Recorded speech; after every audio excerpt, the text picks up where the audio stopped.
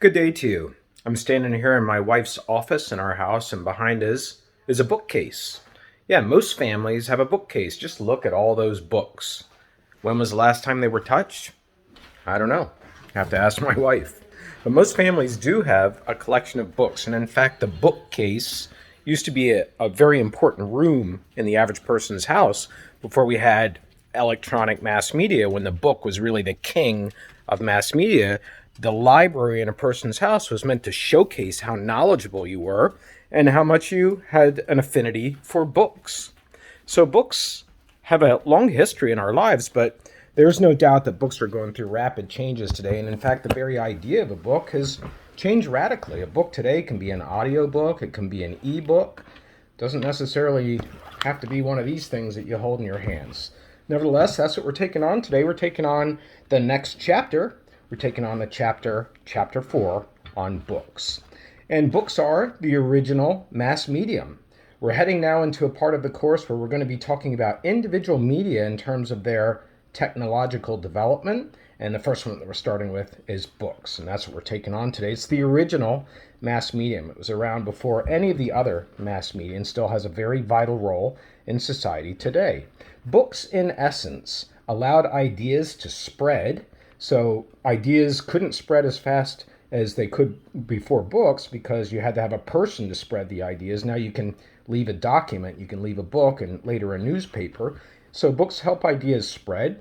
Books also encourage the standardization of language and spelling. Before books, before we had printed words, there were different spellings for people. Even in this class, we've already studied a publication that came out called Public Occurrences. It was spelled Publick.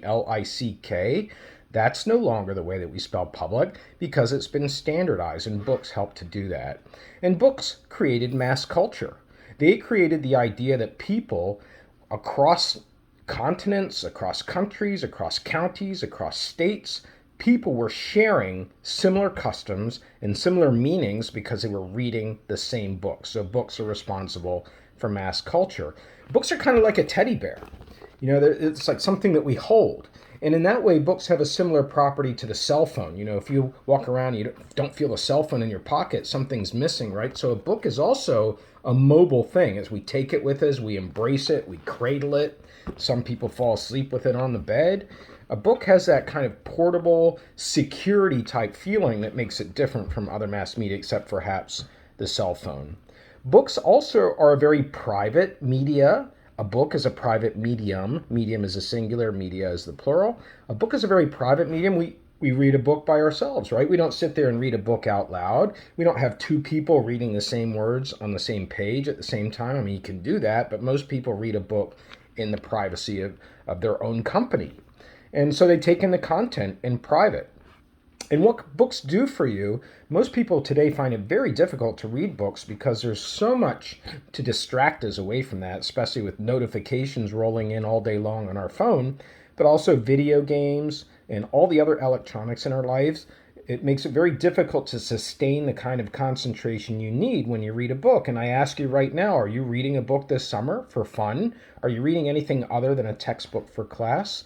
It's not an instinctive action that people necessarily do today, especially young people. But books can provide something that no other mass medium can. Books can provide you with a way of thinking that you will not regret. You will be a detailed, logical person if you do a lot of reading in your life. And you will command a vocabulary so that when you go to describe something, you're not describing as fucking this, fucking that, and I don't know, it was like it. If you have a vocabulary that's been cultivated in part by book reading, you're going to be able to express yourself throughout life in ways that probably won't derive as much frustration if you can't express the ideas that you have in your head because you don't have the vocabulary. So books do require a high level of concentration. There is a structure to the way that we take in the information, right? We have to learn how to read left to right and then drop our eyes down to the next sentence. We have to learn how to build paragraphs into chapters, into books, into series. This is the way that books are structured. So there is no other medium other than the book. There is no other medium that can impart as much detailed information and make you intelligent. It requires concentration. It requires logic. Reading a book requires reflection. You have to stop and pause and say, What does that mean? I got to think about that for a minute before I continue reading. And what is that word? I got to look up what that word means.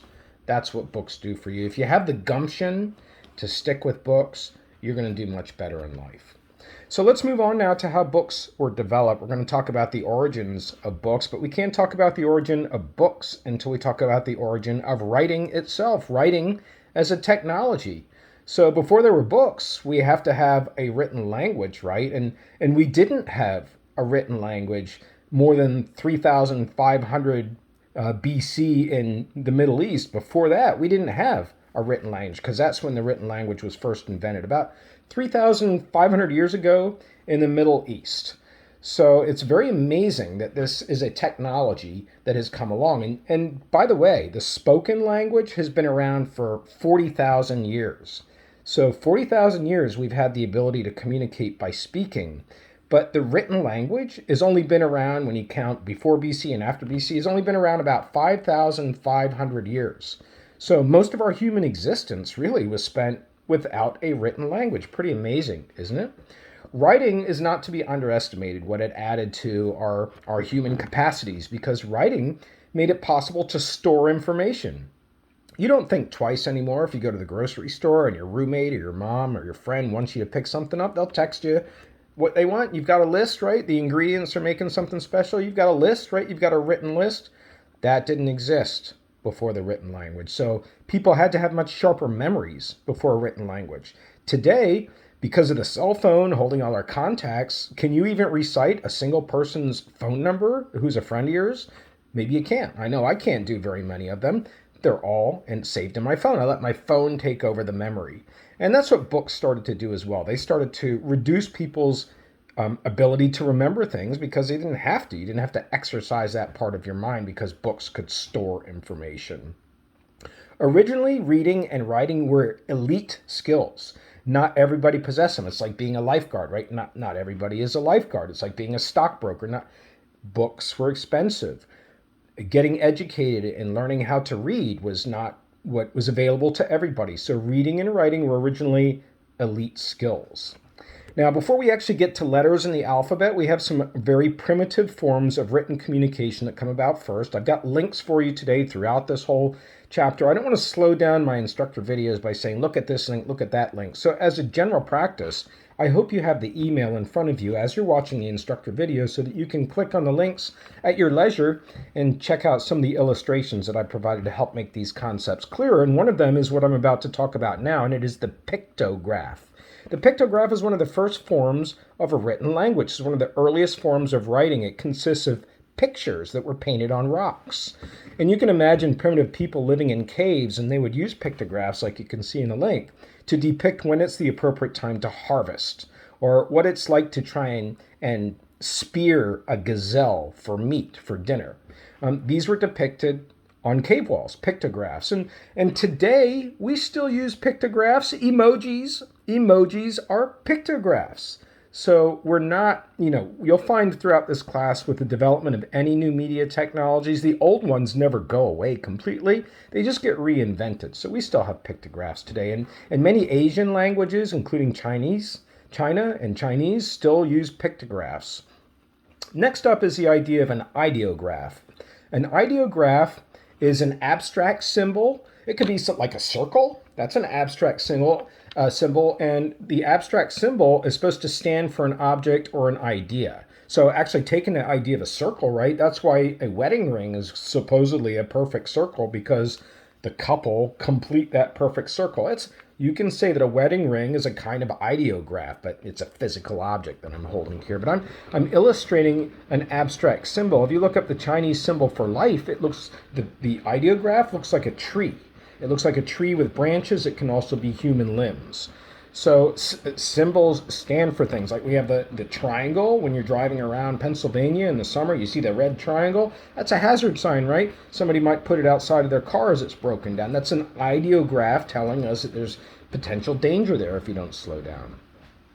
Next up, building on the technology of writing, we haven't gotten to writing yet. We've got pictures for the most part. Next up is phonography. Phonography came along next, and phonography is a system of writing in which the symbols are going to stand for sounds. The symbols will stand for sounds like the letter A, That stands for either A as a sound or as a sound. And we learn in which case to use or A through the process of learning how to read. And so that's what phonography is. It's making the written things that we're writing down stand for sounds that we are going to utter. And we're already uttering sounds, right? Because our oral language is 40,000 years old. Well, finally, after all these developments, we get the alphabet. The alphabet, right? We don't think twice about the alphabet. ESU. These 3 letters mean so much. It's a whole university in just 3 letters. It's the alphabet. Letters represent individual sounds. And the alphabet was developed around 1500 BC in the Middle East. 1500 BC, we get the first alphabet. Now we have the written ability to communicate, which still shows itself in our texting today, and it's made it possible. But even though we had the ability to encode our communication into written language, we didn't have anything to put it on. So let's talk about the development of paper now. Originally, when you would create pictographs and ideographs, they were done in clay, on clay tablets in many cases. Moses supposedly bringing down clay tablets. And so then that evolved to walls of caves. But you can't move a wall of a cave to go show somebody what you've written. You have to come look at it there. So we need a mobile medium. And that's when we get papyrus. Papyrus is made from reeds. You know, like you see bamboo out there, they're not reeds, but you give the idea, right? You take the outside of the stalk, you get rid of all of the water, you beat it into a pulp and you lay it out, you press it out, and you can write on it. And so papyrus was invented in Egypt, actually, in 3100 BC. 3100 BC we get papyrus, but it didn't last long. It dried out, it tore very easily. So next up is another medium to write on, and that's called parchment. Parchment is the skin of a goat. So that's the next thing that we're using to write on. But you can imagine also parchment would dry out too. It's very rough, it's tough to write on. And so finally we get paper. And who invented paper? It was the Chinese. The Chinese invented paper right around 200 BC. We get paper. And that allowed then for the idea of putting a bunch of pages together and binding them and creating a book. Finally, we have all the ingredients in place to create a book. And so people were very curious, just like they're curious about getting the latest iPhone, the latest gadget, and television monitor, or earbuds, whatever it is that you're creating a demand for. The same thing happened with books. People started to demand books, so we need to step up how they're being produced. And the very first places where books were written were called scriptorias. A scriptoria was a monastery. Yeah, it's where monks were studying God, and then they also had this other job there to handwrite books. So in a monastery, you'd have all these tables with all these monks handwriting books. It would take 5 years to write the average book. 5 years to write the average book. So very, very slow going, but that's the way that demand was met until we have the singular, most important invention that we're going to talk about in this course. The invention is the printing press, the Gutenberg printing press. You've heard that name before, right? Johannes Gutenberg was a metal worker in Germany. And in 1450, he invented a process called movable type. Movable type. And what it did was it enabled printers to make multiple copies of the same page. You can look at the video for that. There's a fascinating demonstration of the original Gutenberg printing press. It's a hand machine.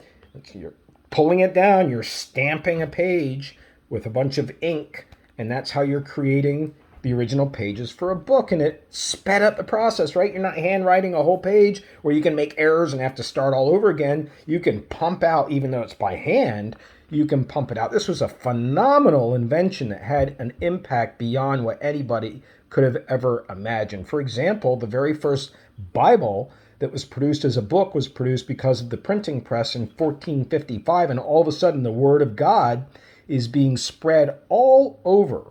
But at the same time, later on, that same Word of God becomes questioned by the book because people who are reading, they don't have to go to a priest anymore to learn about their God. That was the model beforehand, the Roman Catholic model. You got to go through the priest to get your God. Now you can read a book, and if you want to choose religion, you can study religion on your own, and you have more power. That's the Protestant Reformation came from that. It's all because of the book. One of the interesting inventions that helped add to the printing press was the font, right? We use fonts today. Fonts are very important in the Apple and Mac world. Fonts are very big. Well, font is an Italian word. It's a Latin-based word, and it means mountain of type. And so fonts were starting to be used as different kinds of types, different looks to the letters. And one of the different looks was italics. And that word is actually coming from Italian italics. And it was because it was invented by an Italian printer named Aldus Manutius. Aldus Manutius invented italics in 1501. All right, so now let's revisit that idea of books and mass culture. Books and mass culture, now that we have an idea of how the technology developed. And so we know that texts can be stored in multiple perfect copies because of this new system that we have where everybody who's reading this book, the book for the class, is reading the same exact words. They are all identical. And that means that students are going to have identical copies of books. You're not studying different subject matters. And so books were also then made available in greater numbers and at a lower cost. They weren't as expensive to purchase because it's cheaper to make them in a mass production setting with that Gutenberg printing press than it is to handwrite them out.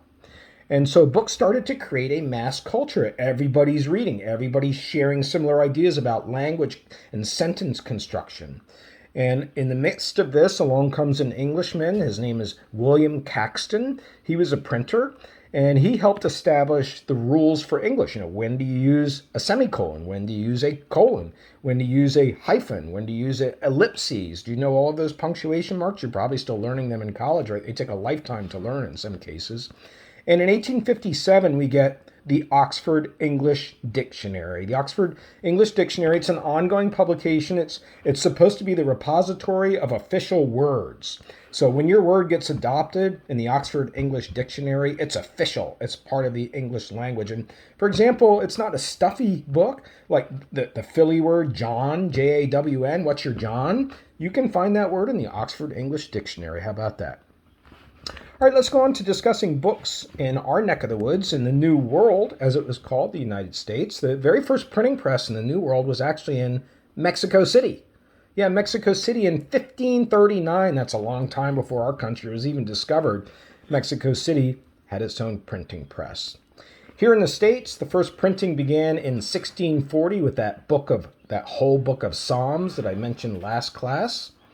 And then we get the establishment of the very first library in the New World. And it was established by guess who? Ben Franklin. Ben Franklin established the very first library in Philadelphia in 1731, very first public library, I should say. It was not how we think of libraries today, where you can just walk in and make yourself at home if you get yourself a library card.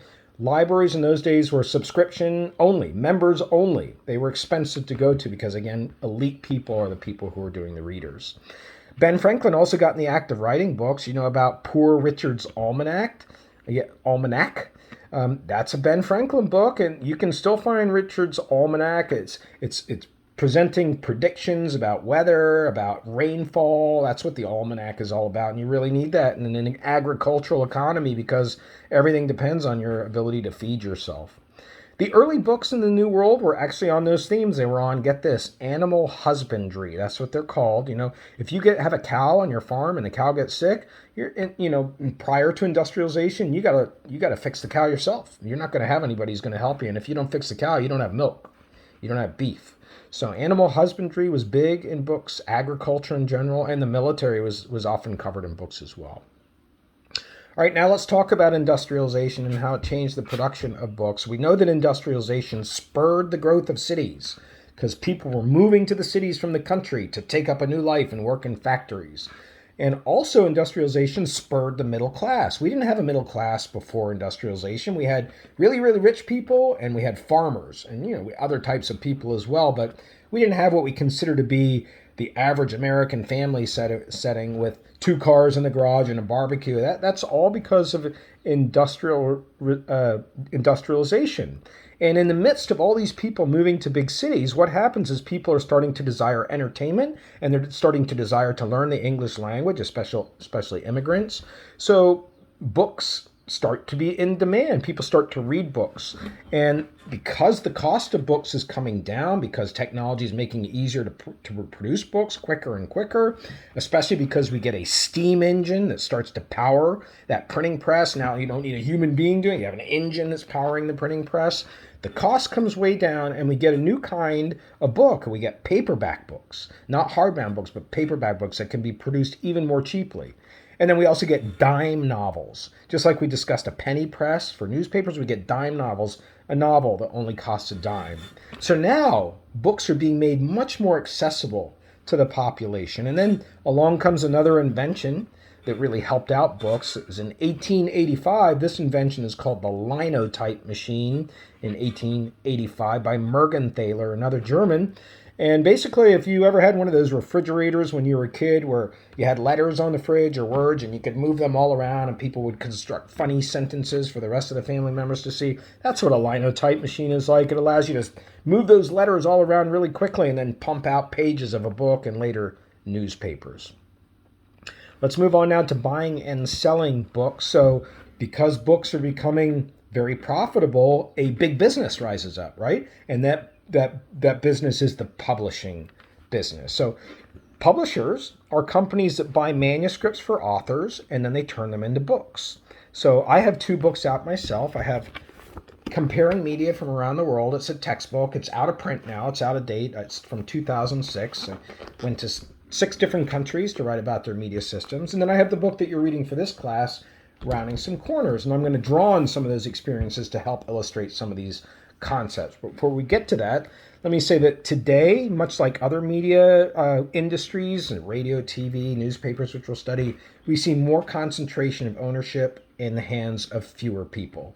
So whereas 20 big companies controlled most of the books that were published out there about 10, 15 years ago, today it's 5 companies. It's 5 big companies. You got your Penguin Random House, which are 2 publishers that were combined together, another merger.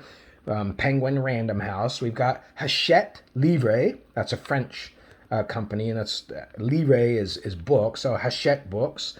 We've got HarperCollins. We've got Macmillan, and we've got Simon and Schuster. Those are the big publishers. It's almost impossible to publish a book today unless you are a well-known person, a celebrity, a former public office holder, an athlete. Very, very difficult to publish a book today because the average home is only getting 1 new book a year. Can you believe that? 1 new book a year. So the demand for books, because people are reading on their phones and people are taking in media content in other ways, demand for books is sort of at an all-time low. Aside from those big publishers, we have other publishers in the game as well. We have university publishers, like Penn State University has its own press.